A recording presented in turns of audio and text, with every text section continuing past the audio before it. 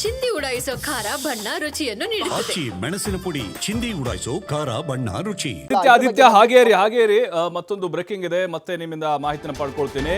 ದೂರುದಾರನ ಹೇಳಿಕೆ ದಾಖಲು ಬೆನ್ನಲ್ಲೇ SIT ಮತ್ತಷ್ಟು ಪ್ಲಾನ್ ಅನ್ನ ಮಾಡಿದೆ. ಈಗ ಈ ದೂರುದಾರನ ಹೇಳಿಕೆ ಬಗ್ಗೆ ಸತ್ಯಾಸತ್ಯತೆ ಪತ್ತೆ ಮಾಡೋಕೆ ಟೀಮ್ ರೆಡಿ ಆಗಿದೆ. ಯಾಕಂದ್ರೆ ಆತ ಹೇಳ್ತಿರುವಂತದ್ದು ಸತ್ಯನ ಅಥವಾ ಅಲ್ವಾ ಅನ್ನೋದು ಕನ್ಫರ್ಮ್ ಮಾಡ್ಕೊಳ್ಬೇಕಲ್ವಾ. ಗ್ರೌಂಡ್ ಲೆವೆಲ್ ಹಾಗೆ ಸಮಯದ ಆಧಾರದಲ್ಲಿ ಕ್ರಾಸ್ ಚೆಕ್ ಮಾಡ್ಲಿಕ್ಕೆ ಸಿದ್ಧತೆ ಮಾಡ್ಕೊಂಡಿದ್ದಾರೆ. ಅಂದ್ರೆ ಕಂಪ್ಲೇಂಟ್ ನಲ್ಲಿ ಯಾವುದೇ ವೈರತ್ವ ದುರುದ್ದೇಶ ಇದೆಯಾ ಅಂತ ಪರಿಶೀಲನೆ ಮಾಡ್ತಾರೆ.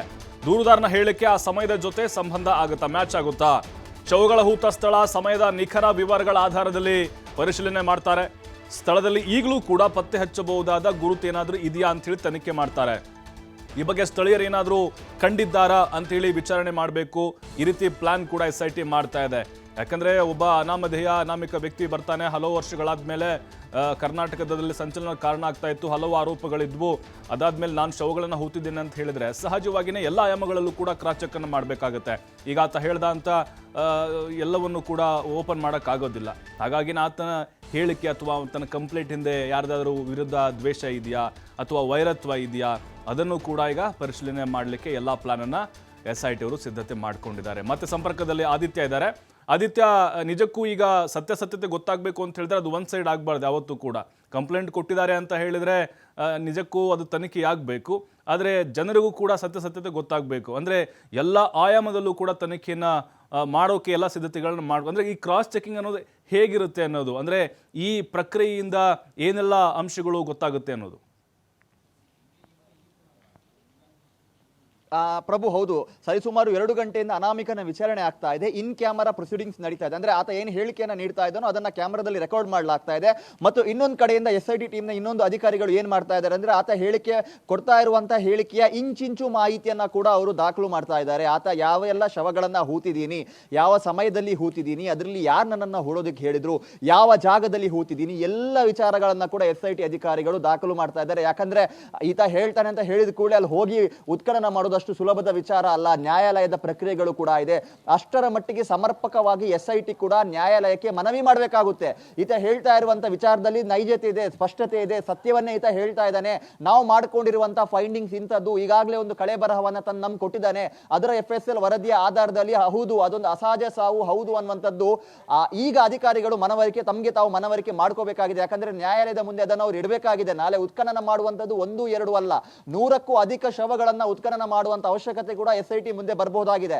ಹಾಗಾಗಿ ಆತ ಹೇಳ್ತಾ ಇರುವಂತಹ ಒಂದು ದಾಖಲೆಯನ್ನ, ಆತ ಹೇಳ್ತಾ ಇರುವಂತಹ ಒಂದು ಮಾಹಿತಿಯನ್ನ ಇಂಚು ಇಂಚಾಗಿ ಆತ ಏನ್ ಹೇಳ್ತಾ ಇದ್ದಾನೋ ಆತ ಕ್ಷಣ ಕೊಡ್ತಾ ಇರುವಂತಹ ಪ್ರತಿ ಅಪ್ಡೇಟ್ ಅನ್ನ ಇನ್ನೊಂದು ಕಡೆಯಿಂದ SITR ಟೀಮ್ ಏನಿದೆ ಅವರು ದಾಖಲು ಮಾಡಿಕೊಳ್ತಾ ಇದ್ದಾರೆ. ಈಗ ಇವನ ವಿಚಾರಣೆ ಮುಗಿದ ಕೂಡಲೇ ಈತ ಹೇಳ್ತಾ ಇರುವಂತದ್ದು ಸತ್ಯಾನ ಅನ್ನುವಂತ ರೀತಿಯಲ್ಲಿ ಧರ್ಮಸ್ಥಳ ಮತ್ತು ಬೆಳ್ತಂಗಡಿ ಪೊಲೀಸ್ ಠಾಣಾ ವ್ಯಾಪ್ತಿಯಲ್ಲಿ ಈಗ SIT ಬೇಟೆ ಆರಂಭ ಮಾಡುತ್ತೆ.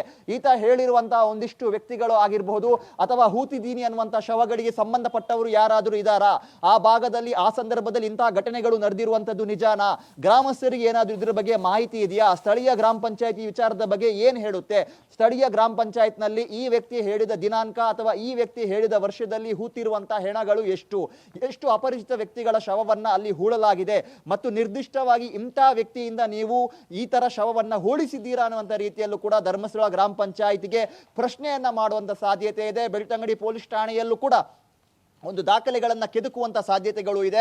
ಹಾಗಾಗಿ ಆತ ಹೇಳ್ತಾ ಇರುವಂತಹ ಮಾಹಿತಿಯ ಆಧಾರದಲ್ಲಿ ಇನ್ನು ಮುಂದಕ್ಕೆ SITಯ ತನಿಖೆ ತೀವ್ರಗೊಳ್ತಾ ಹೋಗುತ್ತೆ. ಆತ ಹೇಳಿರುವಂತಹ ಸಮಯ, ಜಾಗ ಎಲ್ಲದರ ಆಧಾರದಲ್ಲಿ ಬೇಕಾದಂತಹ ಮಾಹಿತಿಗಳು, ಪ್ರಮುಖವಾಗಿ ಮರಣೋತ್ತರ ಪರೀಕ್ಷೆಯ ಮಾಹಿತಿಗಳು, ಈ ಹಿಂದೆ ನಡೆದಿರುವಂತಹ FSL ವರದಿಯ ಮಾಹಿತಿಗಳು, 2003ರಿಂದ 2014ರವರೆಗೆ ಧರ್ಮಸ್ಥಳದಲ್ಲಿ ಅಸಹಜ ಸಾವುಗಳು ಆಗಿರುವಂತದರ ಹಿಂದಿನ ಇತಿಹಾಸ ಏನು, ಅದರ ಹಿಂದಿನ ಮೂಲ ಏನು ಅನ್ನುವಂಥದ್ದನ್ನು ಕೂಡ SIT ಅಧಿಕಾರಿಗಳು ಕೆದಕ್ತಾರೆ. ಮತ್ತು 1995ರಿಂದ 2014ರವರೆಗೂ ಕೂಡ ಈ ವ್ಯಕ್ತಿ ಧರ್ಮಸ್ಥಳದಲ್ಲಿ ಇದ್ದಿದ್ದು ನಿಜಾನಾ, ಇವನನ್ನ ಪೋಷಿಸಿದವರು ಯಾರು, ಈತನ ಕೈಯಿಂದ ಈ ಕೆಲಸಗಳನ್ನ ಮಾಡಿಸ್ತಿದ್ದವರು ಯಾರು, ಈತ ಹೇಳಿರುವಂತ ವ್ಯಕ್ತಿಗಳು ಅಲ್ಲಿ ಇದ್ದಾರಾ, ಅವರೇ ಈತನಿಗೆ ಇಂಥ ಆದೇಶಗಳನ್ನ ಕೊಟ್ಟಿದ್ದಾರಾ, ಅಪರಿಚಿತ ಶವಗಳನ್ನ ಈ ತರ ಹೂಳಲಾಗ್ತಾ ಇತ್ತಾ, ಎಲ್ಲದರ ಬಗ್ಗೆ ಕೂಡ SIT ಅಧಿಕಾರಿಗಳು ಇನ್ನು ಮುಂದೆ ತನಿಖೆ ಮಾಡ್ತಾರೆ. ಸದ್ಯ ಈ ಟೀಮ್ಗೆ ಈ ಎಲ್ಲ ಮಾಹಿತಿಯನ್ನ ಈಗ ಅವರು ಪಡೆದುಕೊಳ್ತಾ ಇದ್ದಾರೆ. ಅನುಚೇತ್ ಅವರ ಒಂದು ಮಾಹಿತಿಯ ಆದೇಶದ ಆಧಾರದಲ್ಲಿ ಜಿತೇಂದ್ರ ಕುಮಾರ್ ನೇತೃತ್ವದಲ್ಲಿ ಇನ್ನು ಮುಂದಕ್ಕೆ SIT ಫೀಲ್ಡ್ಗೆ ಅಧಿಕೃತವಾಗಿ ಧರ್ಮಸ್ಥಳ ಮತ್ತು ಬೆಳ್ತಂಗಡಿ ಭಾಗದಲ್ಲಿ ಅಖಾಡಕ್ಕೆ ಇಳಿಲಿಕ್ಕಿದೆ. ಪ್ರಭು, ಥ್ಯಾಂಕ್ ಯು ಆದಿತ್ಯ.